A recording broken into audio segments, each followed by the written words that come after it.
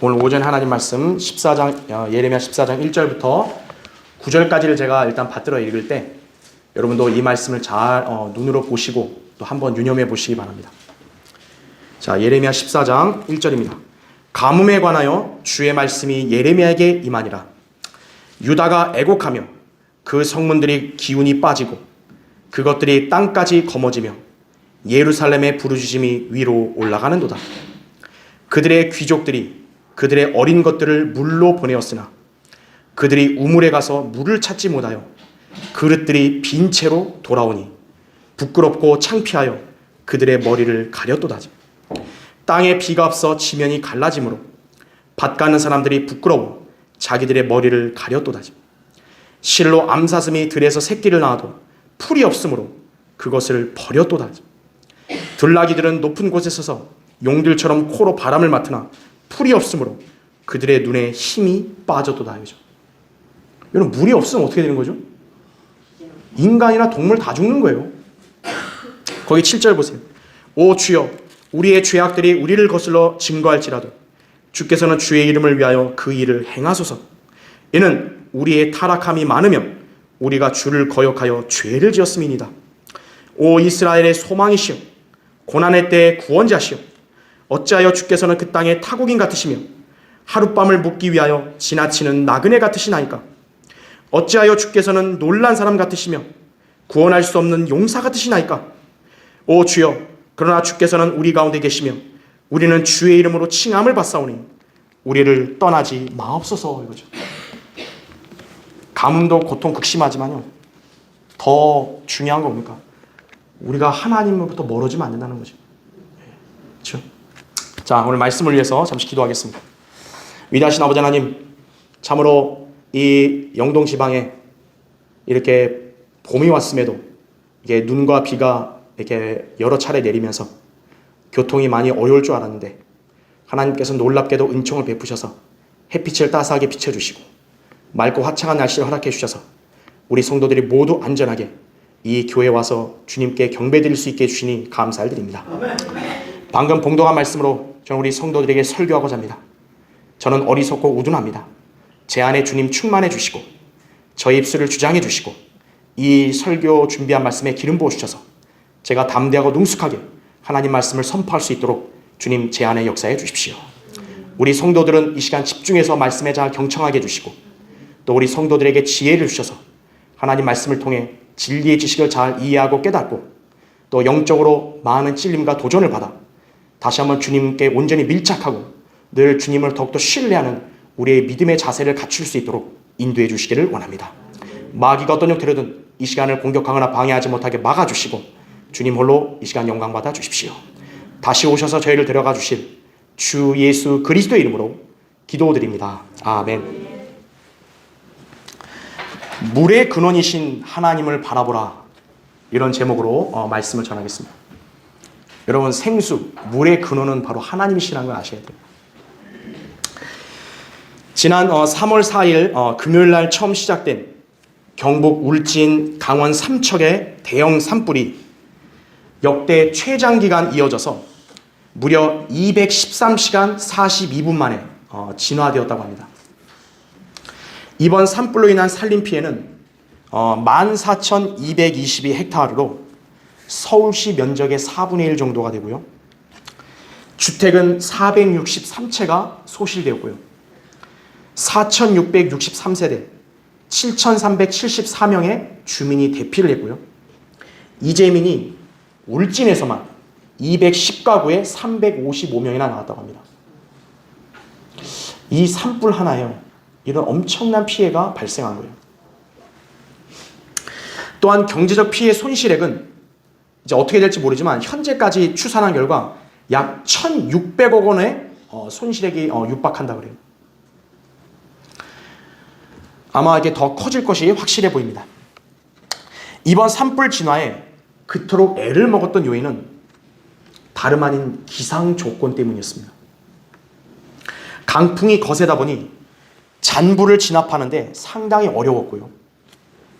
특히 심각한 겨울 가뭄 때문에 진화가 늦어질 수밖에 없었던 것입니다. 이번에 산불 피해가 난 경북 울진을 예를 들면 지난 겨울에 강수량은 고작 24.5mm밖에 안 내렸대요. 예년의 21% 수준밖에 안 됐다고 합니다. 한 언론 보도에 따르면요, 최근 10년 사이 한반도의 겨울 강수량을 따져봤더니 과거 30년 평균보다도 무려 20%나 넘게 줄었다고 합니다. 이 사이에 봄철의 대형 산불은 계속 늘고 있는 것이죠. 그렇기에 아무리 체계적인 소방 시스템이 갖춰져 있다 한들 하늘에서 비를 내려주는 것만큼의 진화 효과를 발휘하기는 불가능한 법입니다. 그 헬기로 물을 떠서 가서 부고 그 언제까지 그런 거 하겠어요? 하늘에서 비만 내리면 다 끝나는데. 그죠? 비는 이 땅에 살고 있는 모든 피조물들에게 필요합니다. 인간, 동식물이 물이 없으면 생명활동을 이어갈 수 없습니다. 그런데 대다수의 사람들은 물의 소중함을 모릅니다. 물이 마치 자연스럽게 거저 주어지는 것으로 생각하기 때문입니다. 그러면서 적절한 시기에는 비나 눈도 자연스레 내리는 것으로 당연하게 여깁니다. 과연 그럴까요? 우리나라 오죽하면 속담도 물 쓰듯 한다 하잖아요. 물 쓰듯 한다. 그러니까 물 쓰는 씀씀이가 너무 큰 거예요. 하늘에서 비가 계속 내리지 않아서 가뭄이 극심해지면요, 강이나 호수 등에 물이 남아있을 리가 있겠습니까? 인간은 결코 스스로 물을 만들어낼 수 없습니다. 오로지 생명의 근원이신 하나님께서 우리에게 비나 눈을 내려주셔야만 합니다. 성경은 주 하나님께서 비를 내리심을 말씀하십니다. 시편 147편 8절에는 그는 구름들로 하늘을 덮으시며 땅을 위하여 비를 예비하시고 산들 위에 풀을 자라게 하시는도다, 이렇게 말씀하고 있어요. 산불의 재앙, 가뭄의 피해 앞에서 인간이 해야 할 일은 그냥 발만 동동 구르고 이게 아니라 하늘을 바라보며 하나님께 비를 달라고 구해야 하는 것입니다. 농부가 농사를 지어 풍년을 이루고 싶다. 하늘에 비를 달라고 구해야죠. 하늘을 쳐다보고요. 이번 재난을 유념해본 사람이라면 물의 소중함을 잘 알 것이고요. 그 물의 근원은 하늘에서 비를 내려주시는 하나님이심을 인지해야 합니다. 그러나 늘 그렇듯이 대다수의 인간들은 물의 근원을 무시합니다. 물은 되게 중요시하는데 물의 근원은 무시하는 거예요. 예레미야 2장 13절에는 내 백성이 두 가지 악을 범하였으니 즉 그들이 생수의 근원인 나를 버렸으며 또 물통들을 만든 것인데 물을 저장하지 못한 깨진 물통이라 이거죠. 하나님을 부인하고 대적하는 나라와 민족에게 하나님께서는 비를 주시지 않습니다. 그러면 그 민족의 삶은 실로 피폐해지는 것입니다. 우리는 오늘 이 사실을 본문에서 하나님을 거역한 이스라엘 백성의 모습으로 살펴볼 수 있는 것입니다. 자, 피가 없어요. 가뭄이 지속돼요. 그럼 어떡하죠? 풀을 못 먹어요, 동식물들이. 정말 비참한 거죠. 자, 오늘 본문은 가뭄의 극심함으로 인한 처절한 상황과 그로 인해 백성들을 위해 중보하는 예레미야의 기도를 말씀하고 있습니다. 일찍이 하나님께서는 그들에게 하나님을 잊어버리고 다른 신들을 경배하면 그분께서 진노로 하늘을 닫아서 비를 주시지 않을 것임을 경고하셨습니다. 왜 비를 안 줍니까? 하나님께서 그 백성에게 이미 경고하신 거예요. 신명기 11장 16절 17절에 따르면 너희는 스스로 주의하여 너희 마음이 현혹되지 않도록 하라. 너희는 돌이켜서 다른 신들을 섬기며 그들을 경배하면 그때는 너희에게 주의 진노가 일어나며 주께서 하늘을 닫아 비를 내리지 않으시어 그 땅이 열매를 내지 못하리니 너희는 주께서 너희에게 주신 그 아름다운 땅에서 속히 멸망되지 않도록 하라, 이렇게 말씀하고 있는 거예요. 자, 하나님이 진노하시면 어떻게 합니까? 하늘을 닫아버리면 비가 안 내리는 거예요. 가뭄이 너무 극심하다. 그러면 그 나라와 민족은 생각해 봐야 되는 거예요. 우리가 전능하신 주 하나님을 왜 바라보고 의지해야 하는 이유를 여기서 보게 되는 거죠.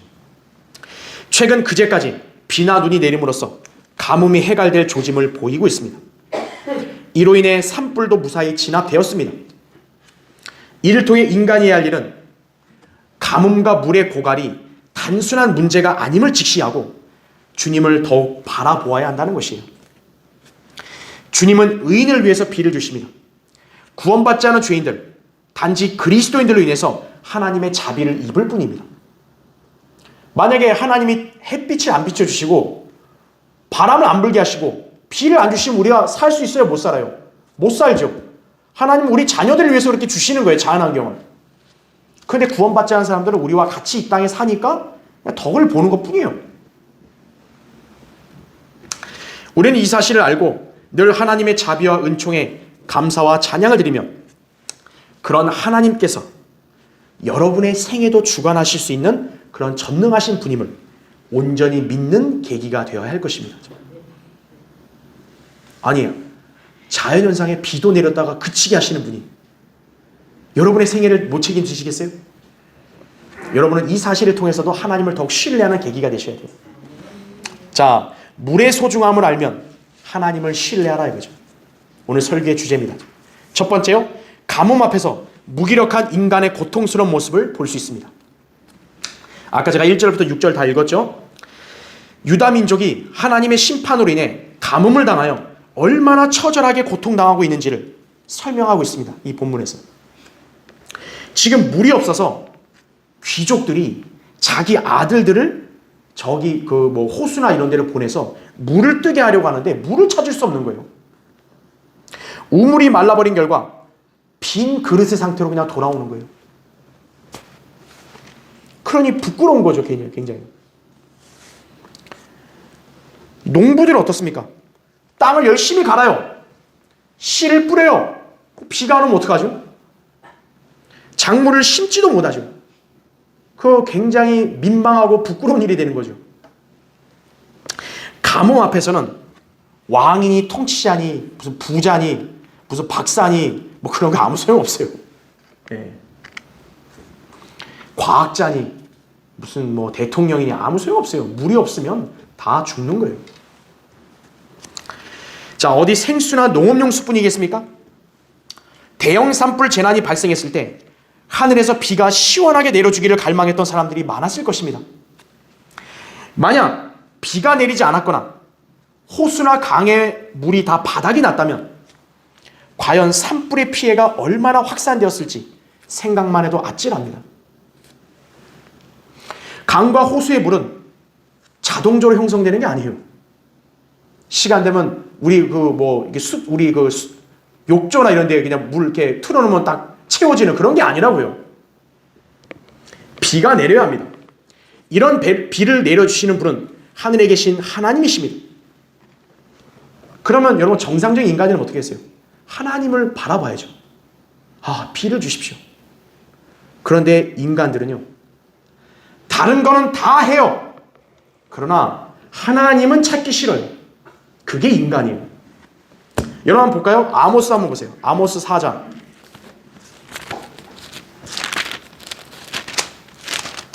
아모스 4장 7절 8절 보세요.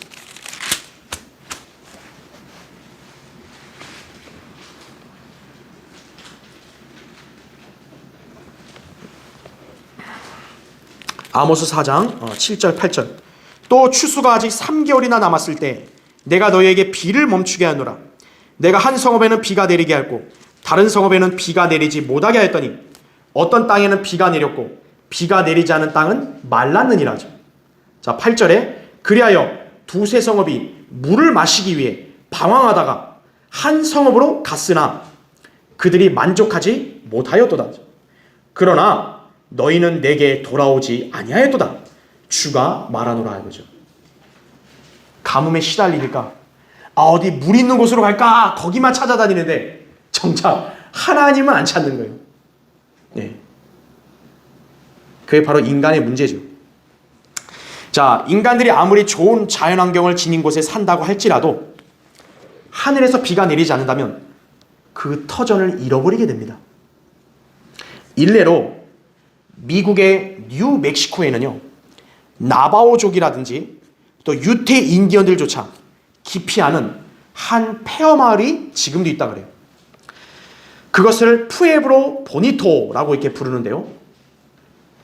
인디언들이 콜로라도 강변에다가 마을을 만들어서 빗물을 완만하게 흐르게 하여 경사면에 배수로를 겸한 우회댐을 건설했습니다.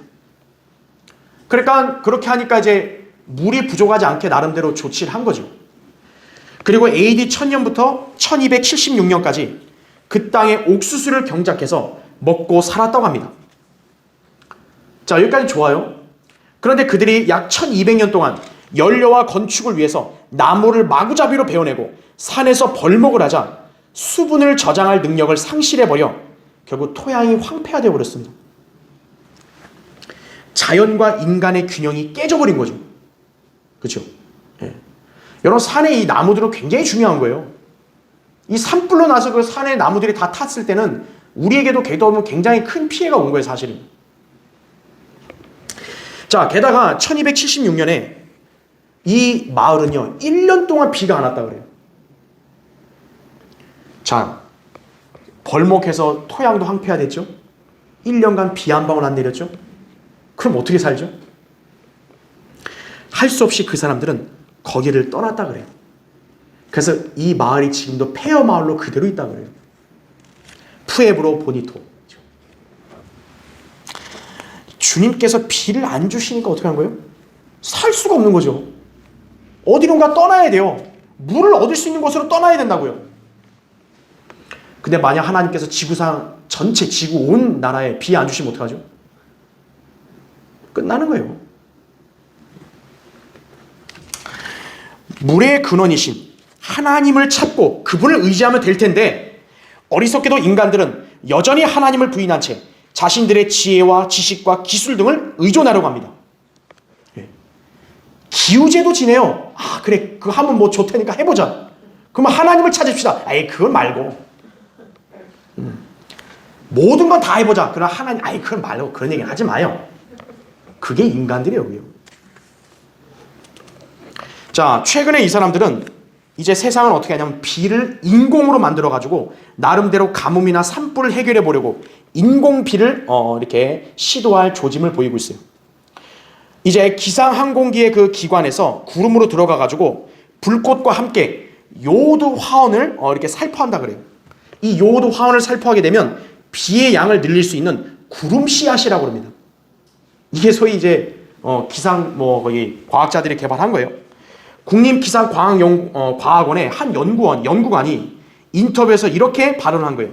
구름이 차 있고 상승 기류가 생성되는 산악 지형에서 인공 강우가 훨씬 유리합니다. 이거죠. 아, 인공비 만들면 아주 좋을 거라고 이제 그렇게 하는 거죠. 현재 기술 수준으로 따져볼 때요, 인공비를 만들어서 이게 상공에서 뿌리게 되면 서울시 정도 면적에는 1에서 3mm 가량을 뿌릴 수 있다고 그래요. 자, 그런데 과연 이 정도의 강수로 극심한 가뭄을 해결할 수 있을까요? 예? 뭐 서울시 사람만 사람이고 지방은 사람 아닌가? 그죠? 도대체 언제까지 버틸 건데요? 인공비를. 하나님이 한 번만 싹 내려주시면 다 그냥 끝나는데, 그쵸? 인간은 조금 내리려고 막 별수를 다 쓰고, 그죠? 하나님께서 만약에 장기간의 가뭄을 그 나라에 내리시면요, 인간의 그런 기술로 버틸 수 있나요? 모두 부질없는 짓이에요. 부질없는 짓. 그럴 시간에, 그럴 돈 있을 때 차라리 하나님께 나와 기도하는 게 더 나은 거예요. 인간은 하나님의 자비와 은총이 없이는 물을 풍족하게 얻을 수 없습니다. 하나님 말씀을 멸시하고 그분을 대적하는 민족에게 하나님께서는 가뭄의 재앙을 주십니다. 북왕국 이스라엘, 아합 왕 여러분 잘 아시죠? 아합은 북이스라엘의 가장 사악한 왕이에요. 그 왕이 치리할 때 선지자 엘리야는 그 나라에 무려 3년 이상이나 비가 내리지 않을 것이라고 예언했습니다. 열왕기상 17장 1절에요. 아니, 한 사람이 비가 안 내린다고 안 내리나요? 근데 이 선지자의 말대로 그 이스라엘은요 3년 이상, 3년 6개월이 비가 안 내린 거예요. 여러분, 하루도 아니고 1년도 아니고 3년 6개월간 비 한 방울 안 내렸다고 보세요. 그럼 그 땅은 어떻게 되겠어요? 그 나라는요. 이스라엘은 가뭄으로 몹시 고통스러운 나날을 보냈습니다. 오죽하면 아합이 자기 궁의 장관을 대동하고 다니면서 물을 찾으러 다녔겠어요. 열왕기상 18장 2절 5절에 보면 엘리야가 아합에게 보이려고 가니 사마리아에는 기근이 심했더라. 아합이 오바댜에게 말하기를 땅의 모든 물의 근원과 모든 시내로 가라. 혹시 우리가 풀을 찾아 말과 노새를 살리고 짐승을 다 잃지 않게 되리라 하더라 이거죠. 왕이 짐승 죽으면 안 되니까 그 물 찾으러 다니는 거예요. 지금 왕이, 그 위험 있는 왕이. 물이 없으면 사람만이 아니라 짐승도 죽게 되는 것입니다. 이것이 무서운 하나님의 심판이에요. 인간은 비를 내려주시는 하나님이 없이는 삶을 영위할 수 없는 것입니다. 사람들은 거저 얻는 물, 공기의 소중함을 전혀 인지하지 못합니다. 그것이 누구에게서 비롯된 것임을 알고 겸손해하거나 혹은 감사해야 하는데 그러지 않으면서 하나님을 거부합니다. 그래서 하나님께서는 그런 자들을 가뭄으로 심판하심으로 얼마나 자신들이 무기력한 존재인지를 알게 하시는 것입니다. 이번에 겪었잖아요. 산불로. 아, 하늘에 계신 하나님이 필요하다. 의지해야겠구나. 이런 말을 하는 사람이 나와야 될 거 아니에요. 우리는 하나님의 도우심이 없이 살 수 없다는 점을 더욱 실감해야 합니다. 비를 내려주시는 주님을 신뢰하며 살아야 합니다.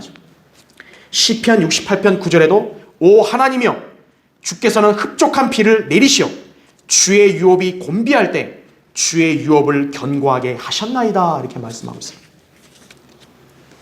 바로 우리가 곤비할 때 비로 우리의 삶을 풍족하게 해주시는 분이 하나님이시다 이거죠. 자, 물의 소중함을 알면 하나님을 신뢰하라 하죠. 두 번째요, 자연현상을 주관하시는 하나님의 섭리를 믿어야 합니다. 여러분 자연현상이 우연이라고 생각하세요? 하나님의 섭리를 믿어야 돼요. 자, 한번 찾아보겠습니다. 욥기 보세요. 욥기 36장.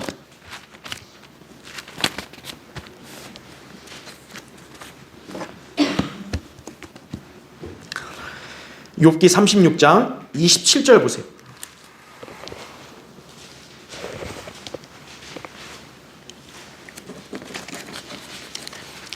욥기 36장 27절. 자, 거기서부터 31절까지 읽겠습니다. 그가 물방울을 작게 만드시나니 그 물방울들이 그 수증기대로 비로 쏟아지느니라. 구름은 수증기를 물방울로 만들어 사람 위에 많이 떨어뜨리는도다. 누가 구름이 펼쳐진 것이나 그의 장막의 소리를 알아차릴 수 있으랴. 보라, 그분은 장막 위에 그의 빛을 펴시고 바다 밑을 덮으시는도다. 그것들로 그분은 백성을 심판하시며 그분은 풍성하게 식물을 주시는도다 이렇게 말씀하죠. 예. 좀 예언적으로 심한 말씀이긴 하지만 그냥 여러분이 문자적으로만 보세요. 구름이 있어요. 비가 내릴 거 아니에요. 근데 그 구름을 누가 조성하시는 거예요? 하나님이 주관하시는 거예요. 세상 사람들은 비가 내리거나 날씨가 맑은 것과 같은 기상현상이 한낱 자연의 섭리에 지나지 않는다고 생각합니다. 그러나 하나님의 말씀에 따르면 전지전능하신 창조주 하나님께서 자연현상을 관장하십니다. 우리는 이 사실을 경험으로 안다든가 무슨 이성적으로 이해해서 우리가 이거를 믿는 게 아니라 그냥 단순히 기록된 대로 믿는 거예요. 과학과 기술은 자연의 현상을 관측할 뿐 절대로 주관할 수 없습니다. 자연 세계와 기상현상은 창조주 하나님의 손 안에 있는 거예요. 자, 과학적으로 말할 때 비는 구름에서 내리죠. 그리고 물은 비에서 비롯됩니다. 성경도 이 사실을 증거하고 있습니다. 그냥 하나님이 냅다 내린다가 아니라 우리가 과학적으로 구름이 형성되고 거기서 비가 내리잖아요. 성경도 그 점을 증거하는 거예요. 다만 성경은 그런 과학적인 현상을 창조하시고 주관하시는 분이 하나님이심을 말씀하는 것뿐이에요. 우연히 되는 게 아니라는 거죠. 세상 학문과 과학은 그냥 우연히 구름이 모인다 이렇게 가르치지만 성경은 그걸 하나님이 하신다고 가르치는 것뿐이에요. 그래서 우리는 성경을 무슨 비과학적이라고 폄훼하면 안 돼요. 성경은 굉장히 과학적인 책인 거예요. 비를 내리게 하시는 구름, 하나님께서 만드시는 것이 여러분 거기 37장 보세요. 욥기 37장 6절 보세요. 37장 6절에도 그분이 눈에게 말씀하시기를 너는 땅에 있으라 하시며 작은 비와 그의 힘을 보여주는 큰 비에게도 이같이 하시느니라 이렇게 말씀하죠.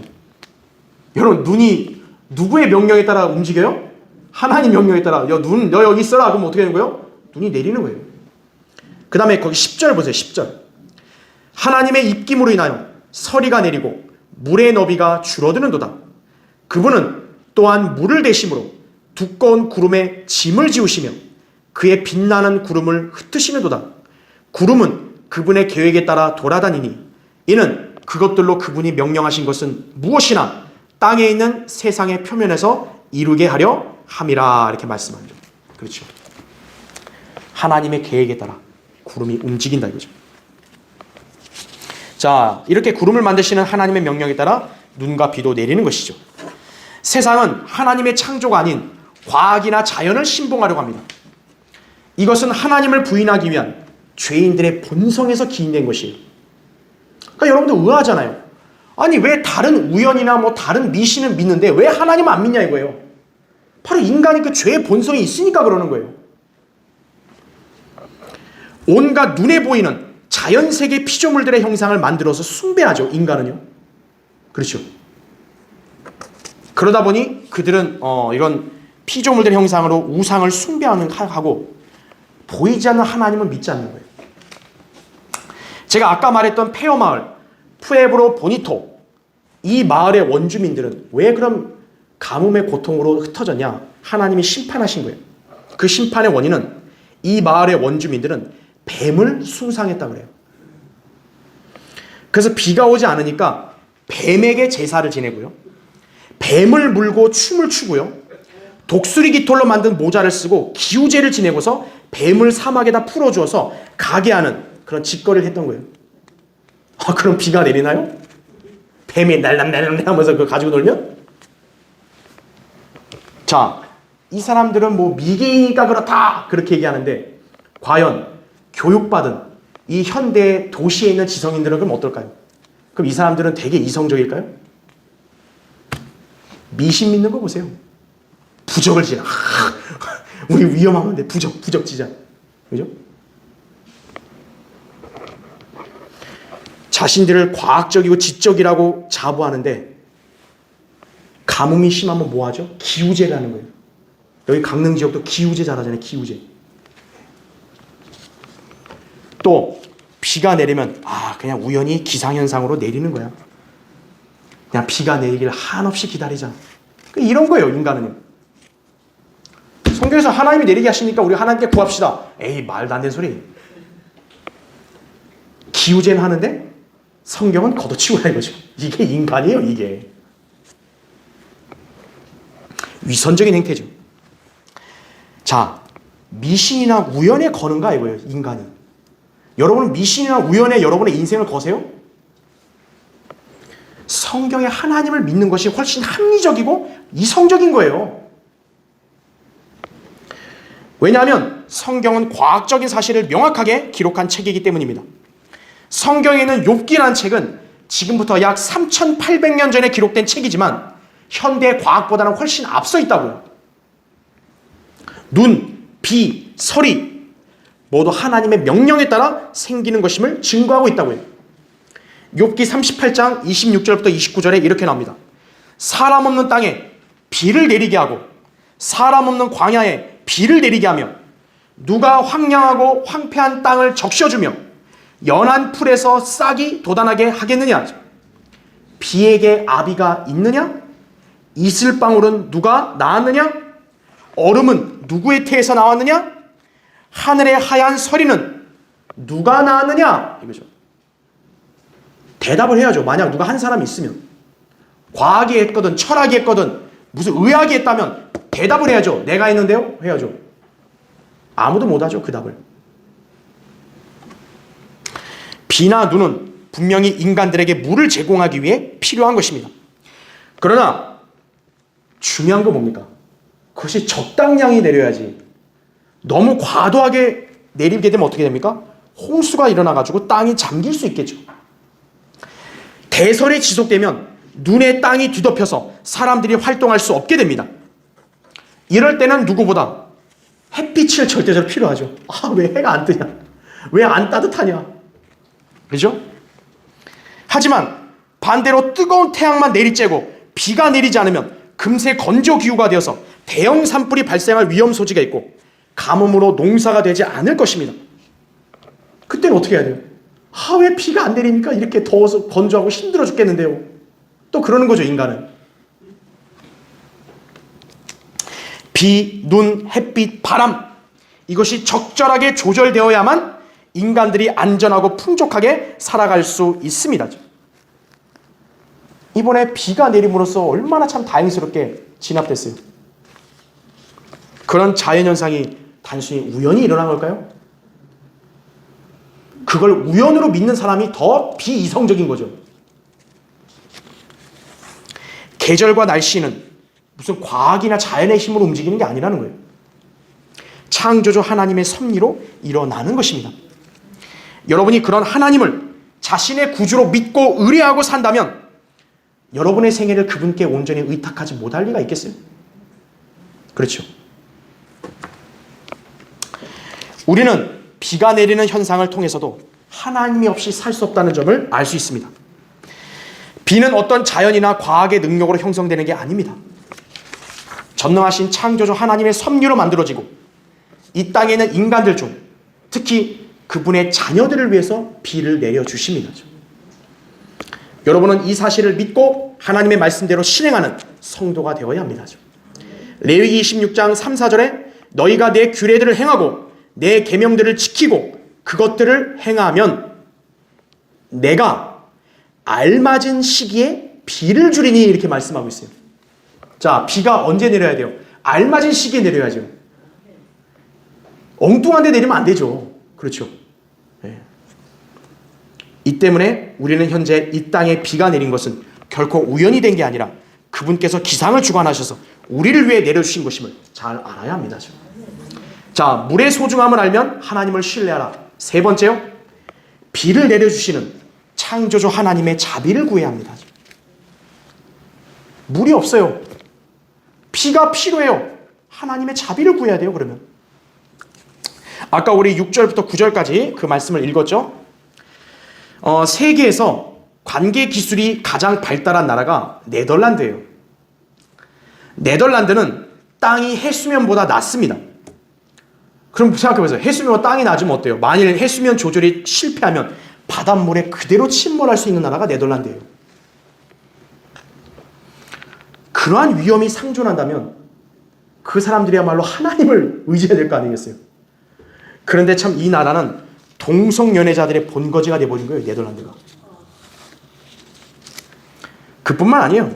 세상 대부분의 나라들도 온갖 가증한 죄들이 만연하여 하나님을 진노케 하고 있는 실정입니다. 여러분, 미국 서부의 캘리포니아에 왜 그렇게 대형 산불이 자주 나냐? 그건 우연이 아니에요.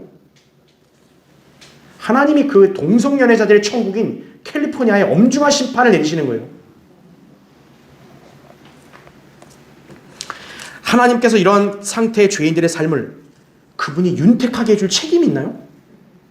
하나님 그런 책임 없어요. 사실 하나님의 자비로 이 땅의 모든 사람들이 공기와 물 등을 제공받아 삶을 누리고 있습니다. 주님께서 우리 성도들이 삶을 영위할 수 있도록 베푸시는 자연 환경에 악인들이 덩달아 덕을 보고 있는 것뿐이에요. 이 점을 안다면 인간들은 마땅히 자연 재난에서 벗어날 수 있도록 하나님의 자비를 구해야 합니다. 온갖 이방 신들을 미신적으로 신봉하거나 또는 운이 좋을 걸 기대하는 어리석음을 버려야 돼요. 기우제 같은 쓸데없는 데 시간도 낭비하지 마라 이거예요.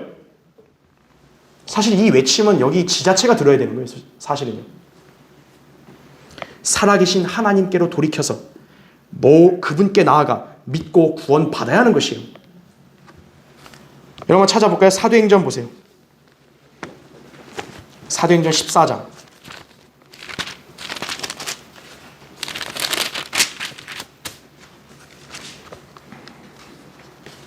사도행전 14장 거기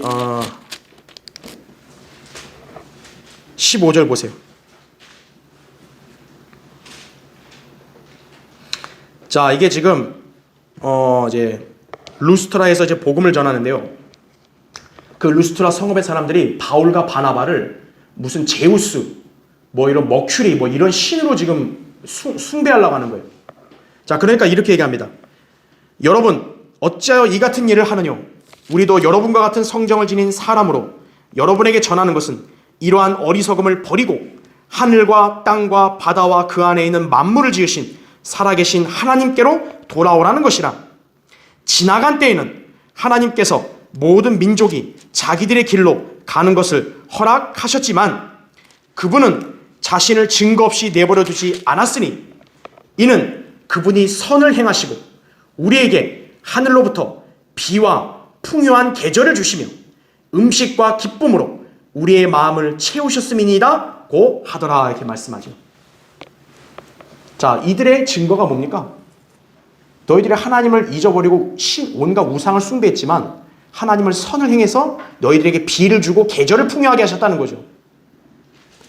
너희들이 믿는 그 이방 신이 아니라 하나님이 주셨다라는 거죠. 그분께로 돌이켜라 이거죠. 현재 온갖 가뭄과 재난 속에서도 인간들이 살아있는 이유는 바로 하나님의 자비 때문입니다. 잘나서 아니에요, 인간이. 우리 그리스도인들은 자연현상을 주관하시는 하나님을 믿고 우리의 삶의 환경에 대해서도 기도할 수 있어야 합니다. 주님께서는 죄인들을 심판하시면서도요, 자신의 자녀들에게는 피할 길도 마련하시는 거예요. 이 땅의 극심한 가뭄, 물의 고갈, 산불의 위험, 코로나19의 감염 확산, 우리에게도 위험한 것은 사실이지만 우리는 기도로 하나님의 인도하심을 받아 안전하게 생활할 수 있습니다. 주님이 비를 내려주신다는 것을 안다면, 여러분 주님이 비를 내려주신다는 걸 믿으세요? 그럼 여러분은 기도로 무엇이든 주님께 구할 수 있는 거예요. 너희는 늦은 비가 내릴 때 주께 비를 구하라. 그리하면 주가 번쩍이는 구름들을 만들어 그들에게 소나기를 내리고 각 사람에게는 들의 풀을 주리라 이렇게 말씀하고 있습니다. 스가랴 10장 1절 말씀.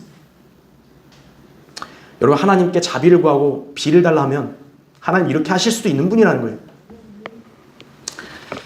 자, 엘리야 선지자, 여러분 잘 아시죠? 엘리야 선지자는 우리와 같은 성정에 속한 사람이지만 비가 오지 않기를 간절히 기도하였더니 3년 6개월이나 땅에 비가 오지 않았고 또 다시 기도하였더니 하늘이 비를 내려 땅이 열매를 맺게 했던 바로 인물이었습니다.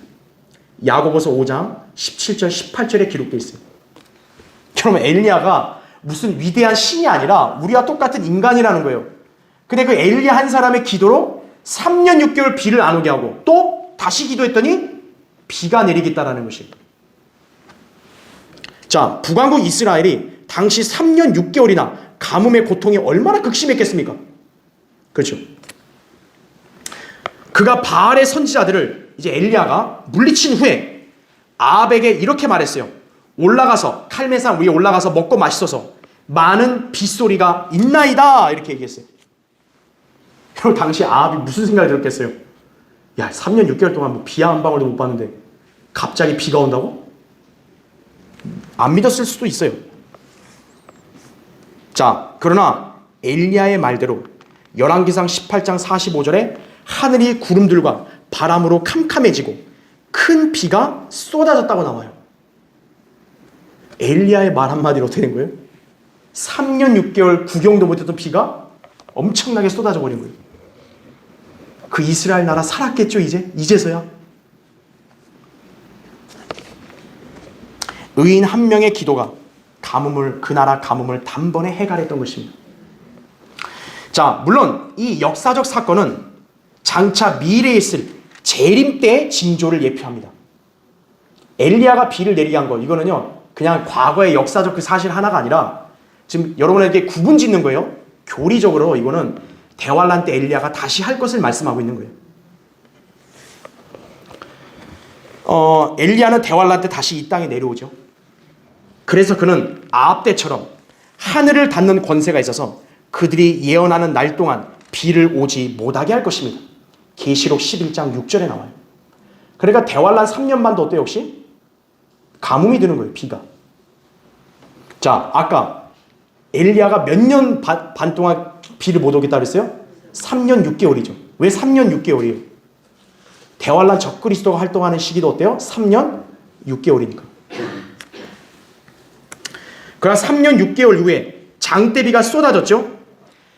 대환란이 끝나고 재림 직전에 이스라엘 땅의 극심한 가뭄을 단번에 해결할 비가 내릴 것이라는 거죠. 그래서 아합과 엘리야가 맞섰잖아요. 아합은 적그리스도의 예표죠. 네. 대환란 때는 엘리야가 적그리스도와 맞서는 거예요. 3년 반 동안 비가 안 오는데 이제 그 대환란이 끝나고 재림이 가까울 시기는 어떻게 하는 거예요? 비가 내리는 거예요. 그것이 바로 우리가 잘 익히 들었던 이른 비와 늦은 비예요. 그게 바로 요엘 거기 2장 23절에 이렇게 나옵니다.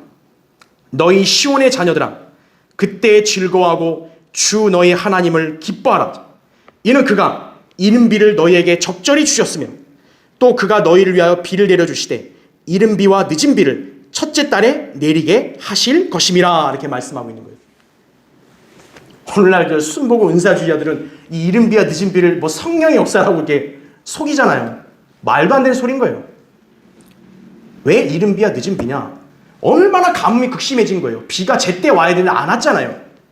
그러니까 그 기간이 끝나고 난 다음에 어떤 거예요? 이른 비와 늦은 비가 첫째 달에 모두 다 내려버린다라는 거예요. 바로 주님이 재림하신 징조가 바로 여기라는 거죠. 그래서 재림 직전에는 3년 6개월 이상이나 이 대환란 기간 이 땅에 가뭄으로 고통을 받는데 비가 내릴 것이다 이거죠. 네. 마치 엘리야가 하나님의 자비로 인해서 그 이스라엘 땅의 가뭄을 비로 해결해 주셨듯이 바로 그게 재림 때의 예표가 되는 거예요. 그러니까 여러분, 그러니까 교리적으로 일단 그걸 구분하셔야 돼요. 자, 그러나 우리는 영적으로 교훈을 받으면은 하나님께서는 신실한 성도의 기도에 응답하셔서 비를 내리실 수도 있다는 점을 우리는 기억해야 되는 거예요. 영적으로 우리도 이런 교훈을 받을 수 있는 거예요. 비는 무슨 과학의 힘으로 뭐 내릴랑 말랑 이게 아니에요. 하나님이 내리시는데 하나님이 신실한 성도가 필요로 해서 기도하면 때론 비도 내리실 수 있다는 거예요. 네.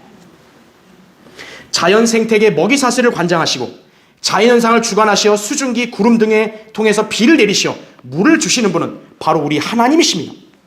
가뭄과 산불의 재난을 오로지 주님의 도우심으로 손쉽게 해결할 수 있는 것이에요.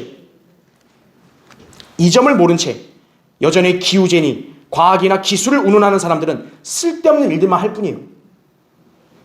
성도들은 그런 것들을 아예 치워버리고 주님의 도우심을 신뢰하며 기다리면 되는 거예요. 예. 여러분 예레미야 한번 마지막 보세요. 14장 22절 보세요. 예레미야 14장 22절.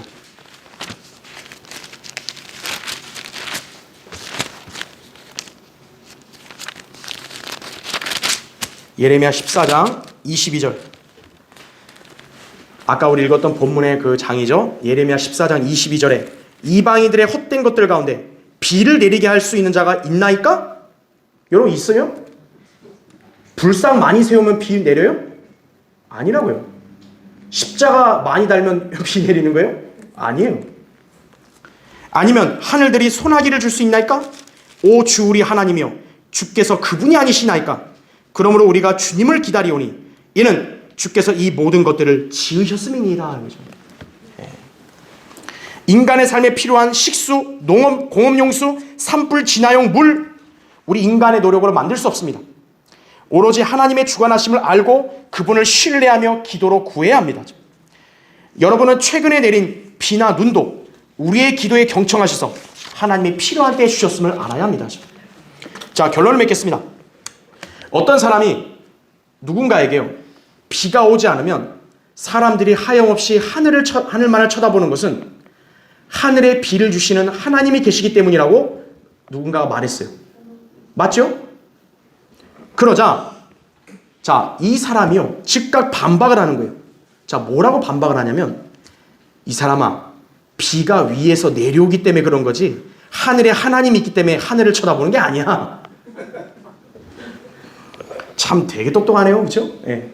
하늘 왜 쳐다봤어요? 비 내리는 하늘을? 이거 하늘에서 내리니까 하나님이 아니고. 하나님을 거부하려는 죄인들의 궁색한 변명이죠. 그런 사람들이 과연 산불로 자신들의 터전이 위협받았다면 그런 소리 할까요? 인간이 그런 거예요. 그리스도인이라면 마땅히 하나님의 말씀을 온전히 믿고 주님을 신뢰할 수 있어야 합니다. 그런데 정작 많은 성도들이 하나님의 능력을 자신의 이성과 판단 안에서만 신뢰하려고 해요. 그게 문제예요. 우리의 이성을 초월하는 영역, 기상이나 자연현상, 재앙, 건강, 역병, 가난, 집 등의 문제에 대해서는 하나님께 맡기지 못할 때가 빈번합니다. 그런 사람의 기도는 결코 믿음의 기도를 할 수 없는 거죠. 우리의 이성에서 이건 해결될 수 있어. 그럼 뭐하러 기도해요? 그냥 자기가 하면 되죠. 왜 하나님께서 비를 내리시고 바람을 불게 하시고 햇빛을 비추시고 계절을 바꾸시고 심지어는 우주를 운행하신다는 점을 믿는다고 말하면서도 자기 인생의 문제를 해결할 수 있다는 점은 왜 믿지 못하냐고요. 그죠? 하나님께서 말씀하셨으면 우리는 가뭄과 산불의 재난을 해결하는 비가 내려진 것도 하나님의 섭리임을 믿어야 합니다. 설사 호우나 대설과 같은 날씨에 대해서도 우리는 하나님의 처사에 대해 불평하면 안 됩니다. 주님이 날씨와 자연현상을 주관하신 데 있어서 모두 우리의 기도를 경청하시고 우리 형편에 맞게 안배하신 거예요. 하나님이 더 똑똑해요? 아니면 우리가 더 똑똑한 거예요? 하나님이 하신 처사에 대해서 우리가 판단할 자격 없는 거예요. 우리는 기도로 날씨를 요청할 수 있고 생의 필요를 구할 수 있고 자신의 형편을 아뢰면서 온전히 자기를 의탁할 수 있는 것입니다. 자, 여러분, 의인의 효과적이고 열렬한 기도는 역사하는 힘이 많다고 야고보서 5장 16절에 약속하셨어요. 그 말씀 믿으셔야 돼요. 그냥 단순히 기도하라니까 할게요. 설마 될까요? 그러면 안 하는 일만 못해요.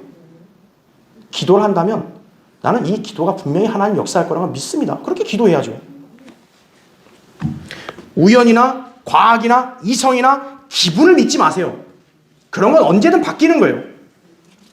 하나님의 말씀을 항상 유념하고 생명의 근원이신 주님을 바라보고 기도로 하나님의 도우심을 받아서 강건하고 풍성한 삶을 영위하십시오. 비를 내려주시는 분이 여러분의 구주임을 믿는다면 여러분의 생애도 책임져 주신다는 것을 믿어야 합니다. 그럴 때 그 성도는 놀라운 간증으로 하나님을 찬양할 수 있어요. 이것이 바로 하나님을 제대로 믿는 성도의 신앙생활임을 아셔야 합니다. 자, 기도하겠습니다.